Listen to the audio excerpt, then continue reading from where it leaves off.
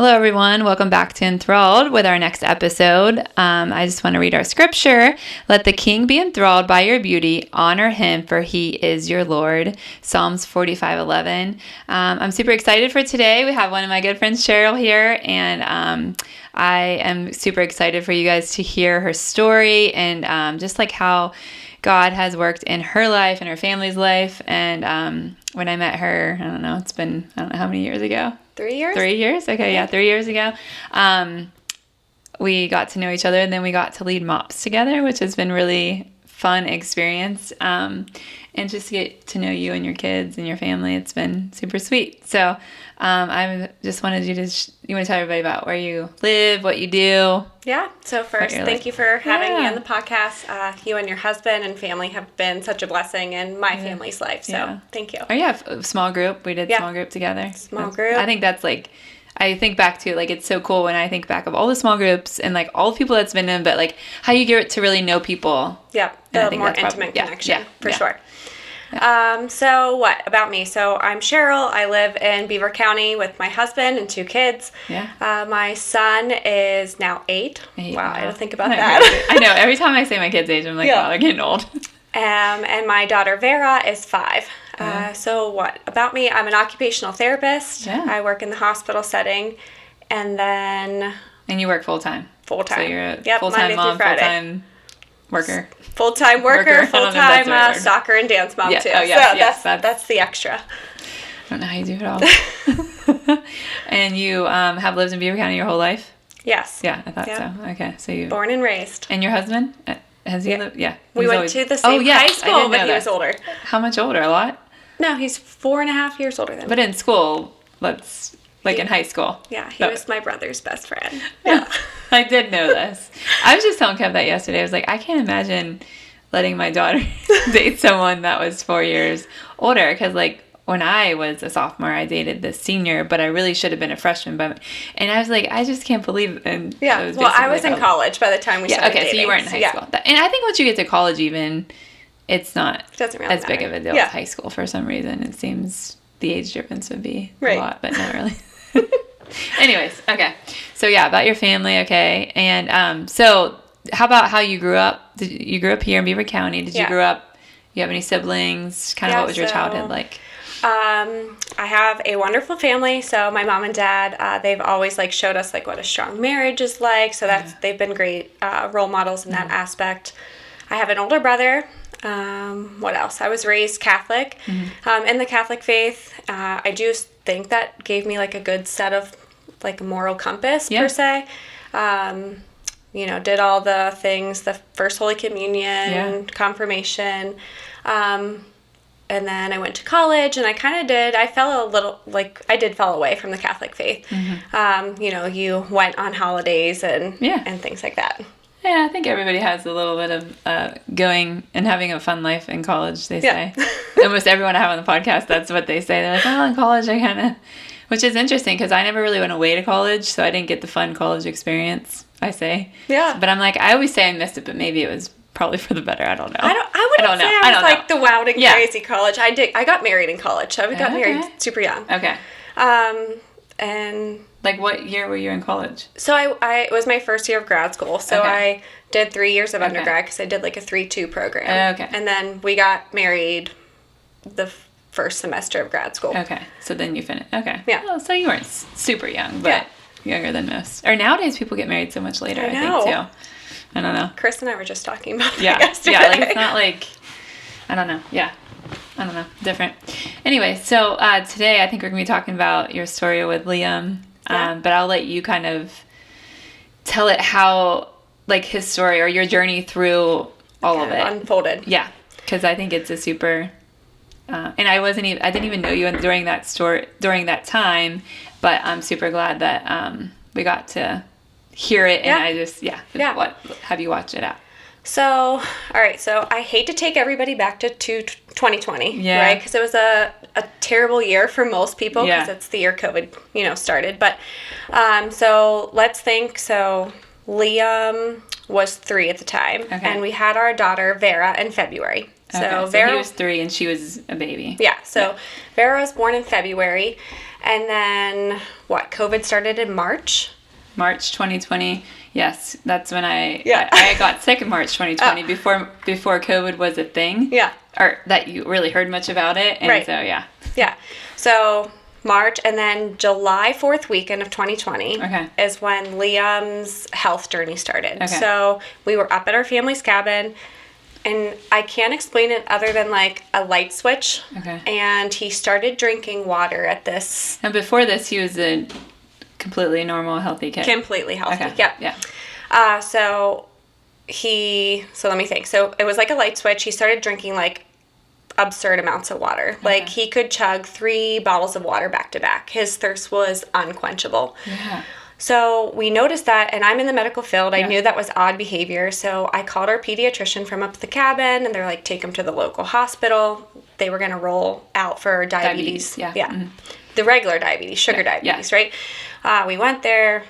All of his testing was fine. Follow up with your pediatrician. So we did just that. What all did they do when you were there? Like basic things? Just basic lab work. Okay. I think they I'm sure sometimes I've experienced a little bit of like, your kid's fine, but like you as a mom, right? Like he doesn't just drink, like, I don't know. And I'm sure, I've always said too, I'm sure it's hard in the ER to like, because some people just bring their kids in for nothing. I don't, right. Like I would, I know. But anyways. So we saw the pediatrician the next week, and they were just like, oh, keep an eye on it. Was it getting worse, or was he about the same, still like drinking? So just still drinking a lot of water, but we didn't know why. Okay. So they referred us to an endocrinologist. Okay. So, by the time you get in with the specialist, it takes a couple weeks. So things are getting worse with his drinking. So now Liam was like the ideal potty trainer. I potty trained when he was super young. Yeah. So the other odd behavior was that he was waking up a ton during the middle of the night. Because he was probably drinking so much, right? Yeah. And he also started wetting the bed. Yeah. So we were like, what is happening? We have a newborn. Yeah. And now we're waking up to not only giving him drinks, but wet beds everywhere. Yeah. So we saw the endocrinologist. They recommended he get what's called a water deprivation test. So basically for like, as long as he can make it, they starved him of food and water, and then they took pee samples and blood samples every hour. Was this at their office or this was at Children's? Okay. So he had to be admitted for this. Okay. Yeah. So, of course, I did my research on the test. It's supposed to be stopped with certain parameters. Yeah. And basically, after 18 hours, Liam had lost 10% of his body weight. Oh my gosh. Yeah. And he's like you've seen him, like a string bean. So. Now, how long after July 4th was this, would you say? I want to say that was July 4th. I think we got in July 15th. Okay. So, yeah. Pretty quick. Yeah, okay. It was pretty quick. Maybe the pediatrician expedited it, now that I'm thinking back. Yeah. So, basically, after 18 hours, the test was inconclusive. Oh. So, he looked so frail, like a skeleton. Yeah. So, we had to go back to clinic to get, the true results. Okay. And the endocrinologist looked me in the eye, and these are, the words that stick with me, years later. But she said, I can't sign in blood, but I'm 99% certain that this is behavior. Mm. So, it's attention-seeking. You guys have a newborn, Mm. And I was like, okay, so what are our next steps? If this is behavior, what do we do? Yeah. So she gave us a script for behavioral counseling. Mm. So I had to do our due diligence. We took him to a behavioral counselor. And this breaks my heart thinking about it, but they set him up with a system. He had to give, carnival tickets for water.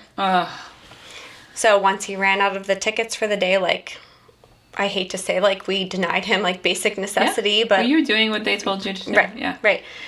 So this went on, July and August. We went back, things just weren't... It was getting worse. So, summertime, he, wouldn't go outside to play. He pretty much dropped all foods that his... this is the kid that ate egg rolls as a 3-year-old. Yeah. So now, over the course of 2 months, he had lost 5 pounds, and he would only eat cucumbers, watermelon, and applesauce. Anything that was probably, quenching the thirst, right? Yeah. It made, traveling very difficult. We enjoy, going outdoors, and it was just miserable. Icing on the cake, I think my daughter, baby at the time, was up a million times. The nurse that night, he was up a million times. And my husband said, that's it. I'm calling the endocrinologist, and we're demanding to be seen. Yeah. Or we were going to seek a second opinion at Akron's. Yeah. So the next day, he called the endocrinologist, told her that, and she said, okay, like, go in through the ED, we'll get you admitted. Yeah. They ran all their tests, and the next thing I know, the next day, an oncologist walked into Liam's hospital room and shared that he has what's called Langerhans cell histiocytosis, which is basically like an accumulation of white blood cells, and it was in his pituitary stalk, and the pituitary gland controls your thirst. Okay. So now, how did they, like, what was the difference between last time and this time, do you think, that they tested? So the last time was just like I mean, besides the 18-hour... Yeah, right? So that's the only test that they did at that point. This time they did more... They did a brain MRI, and that's where they found it. Interesting. So the Langerhans cell histiocytosis caused a secondary condition called diabetes insipidus, which is water diabetes. Okay. So basically, in a nutshell, his body doesn't know how to regulate water within it. Okay. So that's why he was always thirsty. Correct. Which is what happens most of the time when people have the diabetes. It could be regular. Yeah. Okay. Yeah. Makes sense. Okay. So, yeah. So what happened after that? So that was August. So October he started chemo. Wow. A year of chemo paired with high-dose steroids. Okay. So with a newborn at home. With a newborn at home. A couple months old. Yeah. With COVID. So, like... Yeah. I always say COVID, like, did play a big role. So, like, you know, like, chemo, you're immunocompromised. Yeah. And as, like... The hospital itself would have been... Yeah, so...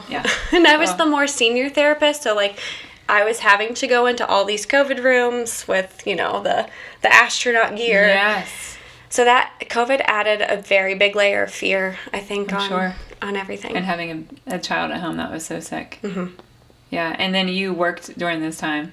Full time. So this is the crummy part. So because I had FMLA with Vera, it was too soon to take FMLA with Liam. So, and I had to work because I carry our health insurance. Oh man, yeah, that's hard. Wow. So it took a couple months from when you first noticed, or a good over a month. Did you ever see that endocrinologist again? So we fired the initial endocrinologist. Yeah. So this was, you know, looking back into it now, this was like a God thing. So our pediatrician, and I love our pediatrician. I think it's part of why Liam, you know, got in so quickly. Yeah. But she went to school, like med school, with an endocrinologist, and so kind of was like touching base with her, like, listen, I really need something's up here. Yeah. So then what was your next? So he did that for how long? A year. A year. So a year of steroids and chemo. Now, did he get sick a lot? So it was hard because the steroids made him thirstier. And then when they say, like, roid rage, that's, like, a real thing. Yeah, steroids, yeah. Yes, yeah. So he just was, like, all over the place with his emotions. Oh, that's hard. Yeah, it was super hard. And then, like, of course, like, daycare wasn't, like, super stable because of COVID. You know, they would, like, shut down and so that was, it was a lot of moving parts. Yeah, a lot of, like, a roller coaster. So after a year, then what happened?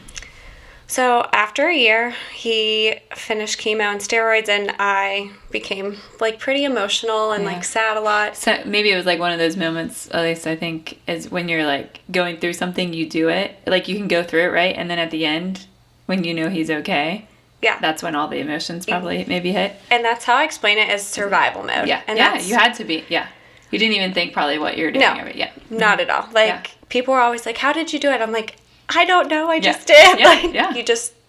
You have to do it. Yeah. There's no other option. Yeah. But there was, like, a defining moment. I can't remember. So it was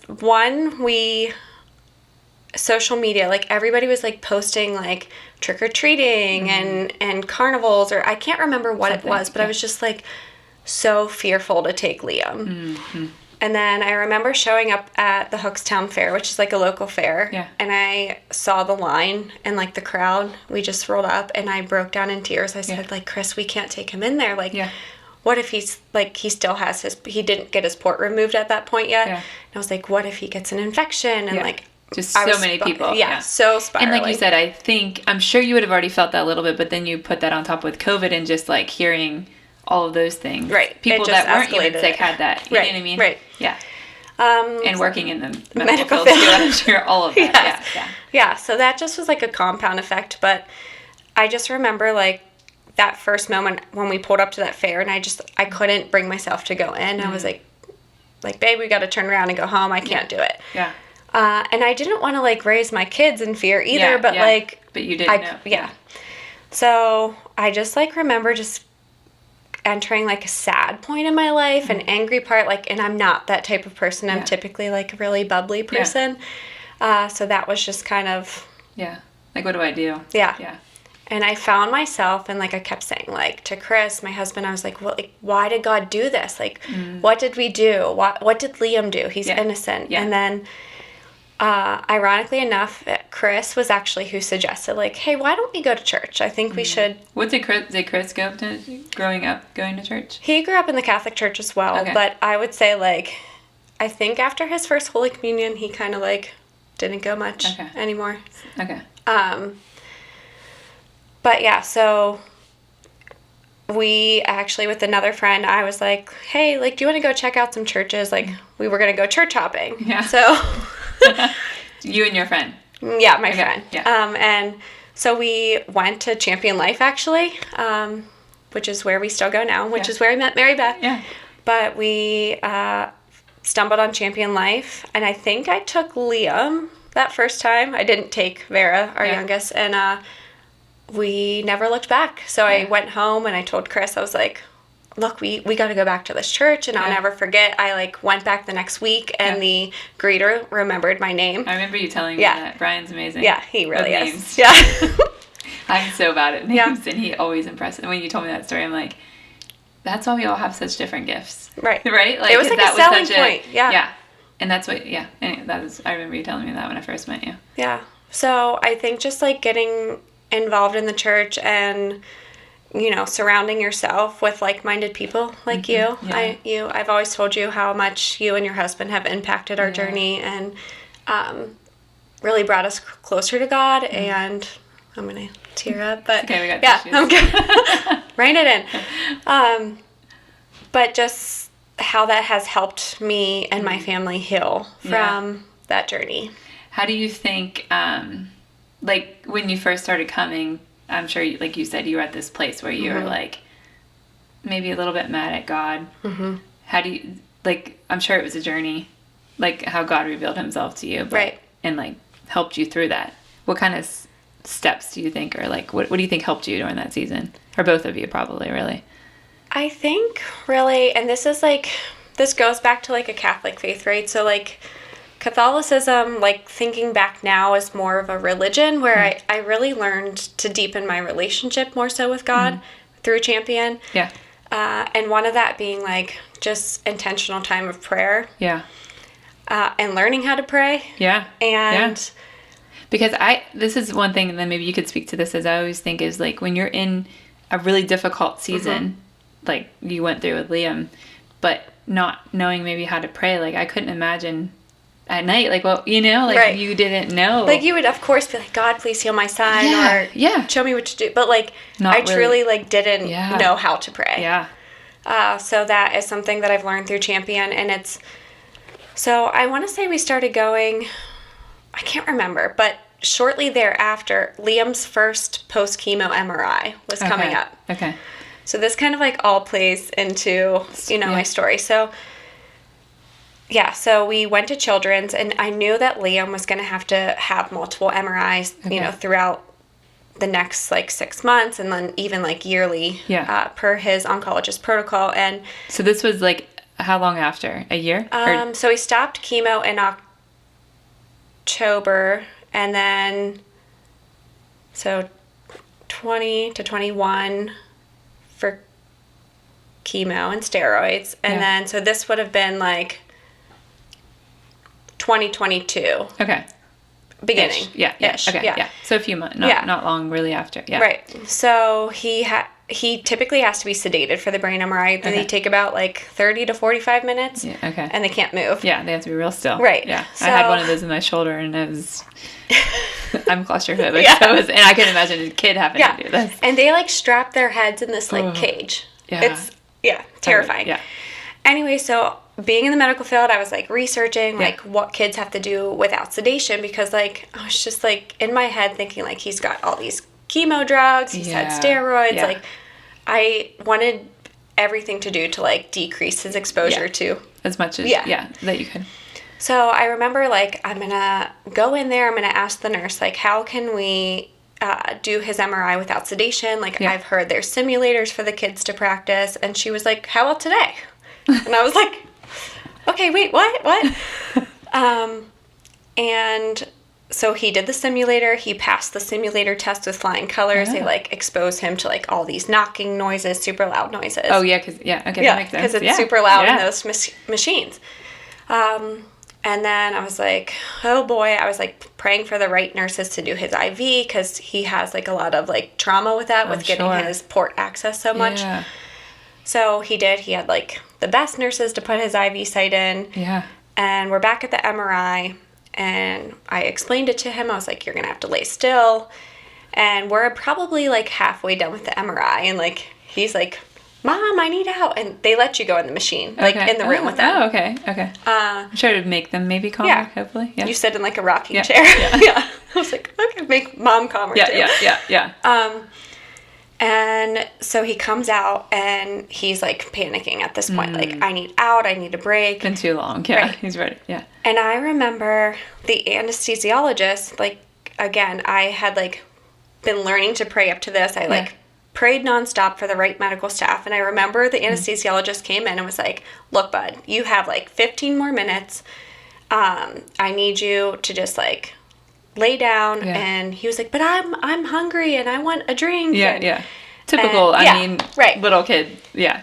And I just so boldly, like, I don't know if I said it out loud, but like, I was like bold in my faith. I said like, Lord, calm him and lay him down. And I swear he was just like, boom, and finished the MRI without sedation. Wow. So that was just like one of those moments where you're like, God, this is... I see you. Yeah. Oh, that's so cool. Yeah, so... That was... Okay. So then, and then as your journey went on, you felt... I'm sure that like, stepping out, even with little... Like, people that... Their faith journey, I think you just like taking little steps of obedience, but you didn't even realize you were doing it. Right. But you're like, okay, God, you showed up here, right? Yeah. So then how did your journey go at Champion after that? So I feel like initially, like, I got plugged in. Journey, I should say. I got plugged in first. Like, I started volunteering downstairs in the Next Generation. And I actually, like, now I'm one of the teachers in the elementary room. I, like, volunteered for all the things, Vacation Bible School. And then my husband, I think he just kind of saw how my faith was growing and was like, wow, something changed in her. Yeah. Maybe I should try that. Yeah. I cried less. I was less angry. Yeah. And I don't know, like, it changed our life. Like, the amount of peace that I have now, even over small or big things, like, I've learned to kind of just, like, pray in those moments or seek God first instead of worry. Yeah. Correct. That's the big trigger. Absolutely. I think. So, I'm just thinking as you're telling your story, I'm sure there'll be people that are like listening that are either in this journey or maybe they've been in this journey and they still don't know how to, like, I don't know, not be upset with God or, you know, because some of those things that even happened years ago, sometimes we still hold on to. We all do, I think. Right. What would you say to those people? Like, what is there anything that you could specifically, and it's kind of cool with your journey, you weren't even per se following Jesus that closely during that season. And I'm sure you're like now thinking back if you did, you know, but I mean, it all happens for a reason, I guess. But what would you say to the people that are maybe in that season right now? Anything that you could say to encourage them? I'm sure to get people surrounding them would be like a big thing, right? Right. I think how do I want to say this? Like, the doctors can give their report, but I know, like, he gives the final report. Yeah. So just like even following Liam's journey, Yeah. this just brings me to something. So he had to get what's called like neuropsychological testing done because chemo can affect your brain in different ways and affect learning. And let me just tell you, he was 5 at the time when he initially had this done. 5 or 6. I can't remember. Maybe after kindergarten. But it's like extensive testing, and they wrote, I don't want to say they wrote a nasty report. It's their job. They, you know, but it was not a report I wanted to read on my child. Yeah. Just basically like, you know, he has chemo-induced working memory deficits and attention deficits, and he's probably really going to struggle in school, and just putting all this negativity down on paper. And I remember reading that, and then it was after kindergarten. So literally every day, every night that I put my kids to bed, I just spoke over Liam, his attention, his working memory, his cognition, his learning. And I also prayed for teachers that would work well with Liam. And let me just tell you, what he's going into third grade. Yeah. His teachers have been nothing but a blessing to That's Liam. So cool. And he's had straight A's since he started school. Wow. So I was just like, God. Yeah. That's so cool. It really is. Like, and it's funny because at his most recent oncology appointment, he was like, I really think you should have neuropsych testing done. Now that I said, nah. I said, I'm good. Like, yeah. Because sometimes they'll just put these negative thoughts that you really probably, like you said, if you wouldn't have read that report. Right. Just discouraging, right? It wasn't really uplifting in any way. Yeah. And as he gets older, I'm sure, like as he can start, reading and understanding more of the things, that would be not super helpful. Yeah. So I guess like just speaking against it. Yeah. Speaking against whatever is said to be. You know what I mean? Like, God ultimately has Is there control. any like scriptures or any certain things that you Yeah, so it's funny. hold on to? Yeah. It's funny you brought up worry because that's what consumed my life before I found and followed Jesus Christ on a daily basis. And it's Philippians 4:6. So turn your worries into prayer. Like that is just, anytime I have a worry come to me now, it's just immediately a prayer. I feel like I don't know if it was Joyce Meyer. I heard somebody say like you can't worry and be like thankful or grateful at the same time. Like your brain literally can't. I can't remember the exact words, but it was almost like you can't be worrying or complaining or upset, or like you can't be both at the same time. So if you're worrying, then you're not trusting or believe. And we're all going to have like moments or doubts or like hard things we go through, but replacing it with truth or scripture or God's word, once you, like you said, I think you have to do it like right away. At least for me too, because once you like let one little negative or bad or worry thought in, it's like before you know it, you're like down this whole rabbit hole, and you're like, how did I get here? Right. Worship music has helped me a lot. Like, if I'm feeling overwhelmed or worrisome, like just blasting it. Nothing can. I feel like when you consume your mind with positive things or God things, it just doesn't leave room, and the devil don't like that whenever you're I remember many times that even when my kids were super little, and there was like days where you just thought you were gonna lose your mind, but you just put on loud worship music and everybody just somehow starts singing, and I'm like, oh, okay, well, this is good. I love worship music. It helps me a lot too, because sometimes you just don't know what else to do. Exactly. Wow. So how you're serving at church now. How do you like look back at your life now, and you've seen God show up, I'm sure, in so many ways. Yeah. Even Vera now, like she's so sweet little. Vera has a heart for Jesus, and she will tell anybody about Jesus. So I love her. She's so sweet. She like literally walks around the house singing worship music. But you think of her life too, like she doesn't even know any different, Like that's what's, probably not Liam either. Right. Like they're so little, but like that they didn't know anything before Jesus, Right. Or your life before him. That's so cool. Yeah.